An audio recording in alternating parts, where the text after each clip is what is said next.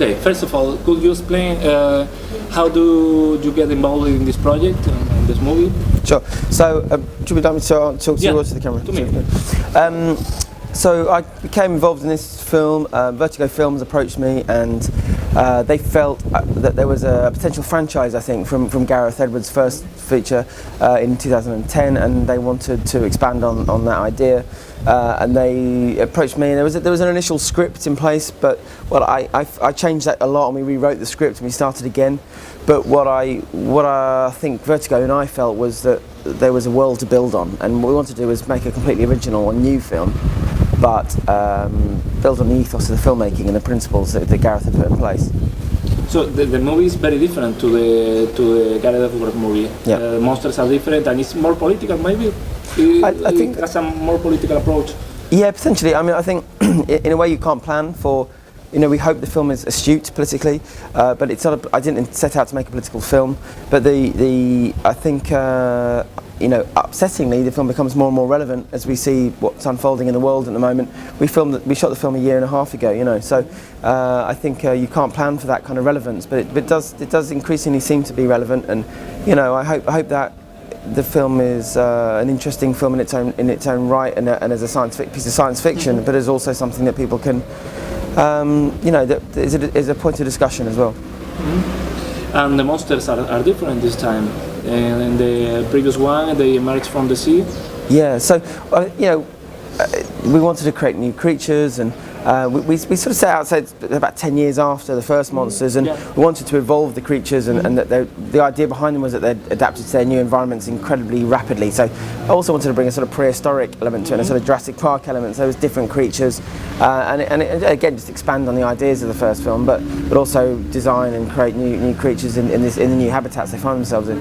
The fact that to fight them with bombs, they are like a metaphor of how the army bomb the civil people, the population when there is a war, or is it like a metaphor?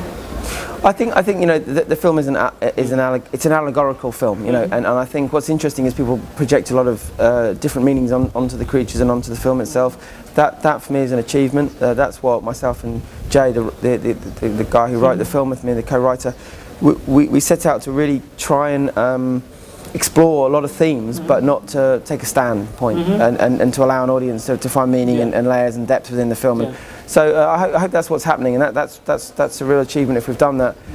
What we wanted to do in terms of the human story was see it from a human perspective, and that's the franchise of monsters. Gareth's film is a human story, my film is a human story. That's the heart of the filmmaking ethos, and we wanted to explore what troops are going through on a ground level, and actually the aftermath of the fallout of war, the reality of war, and we want to explore that with authenticity and realism. So what was the more difficult part in this project for you as a filmmaker?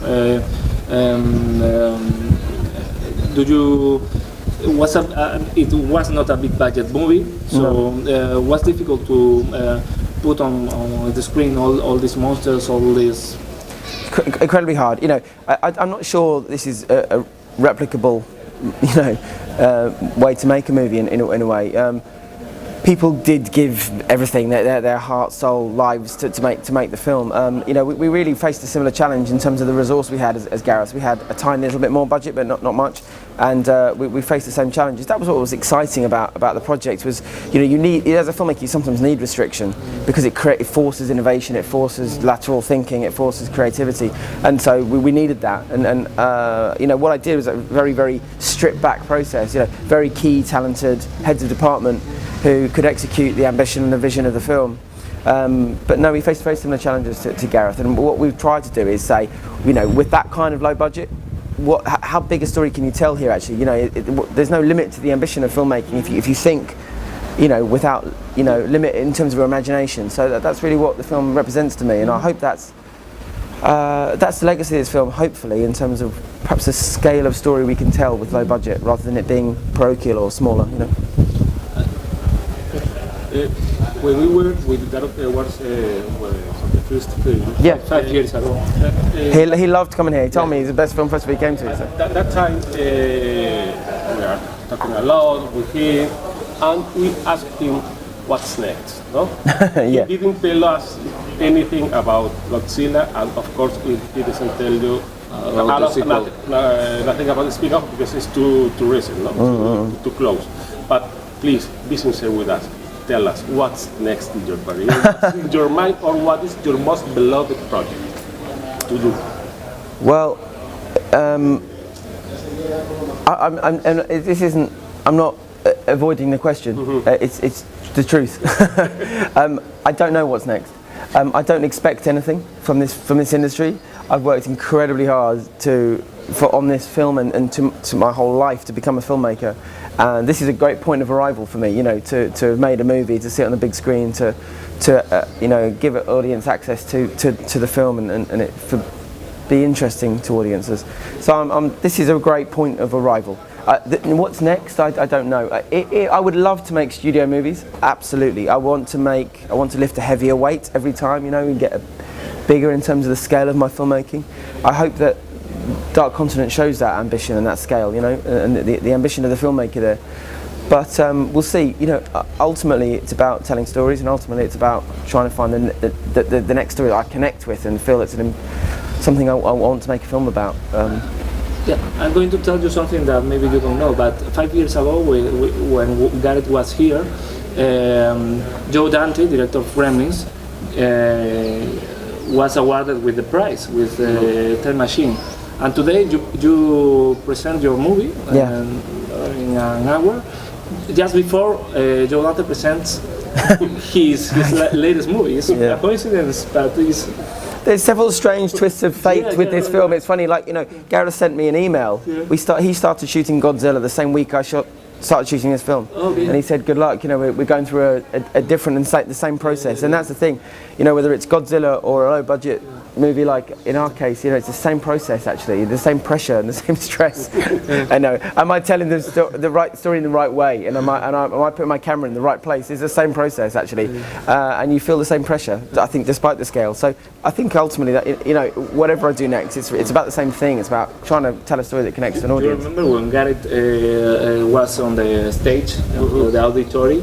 He said, I'm very nervous, and Joe was here and said, you're doing fine. And Joe Dante, he wrote one of the laudatory comment about Godzilla. Yeah. I think it was in the... So what Gareth has done, maybe Joe, it will... It's a good omen, it's a good luck charm. Yeah, maybe... Yeah. Well, I hope so. I say that because, of course, perhaps you have a lot to come, no? in your recent future. But I asked him about what is your most beloved. What do you want to do? Yeah. You are a fan of the genre, of the science fiction genre, horror, or more realistic?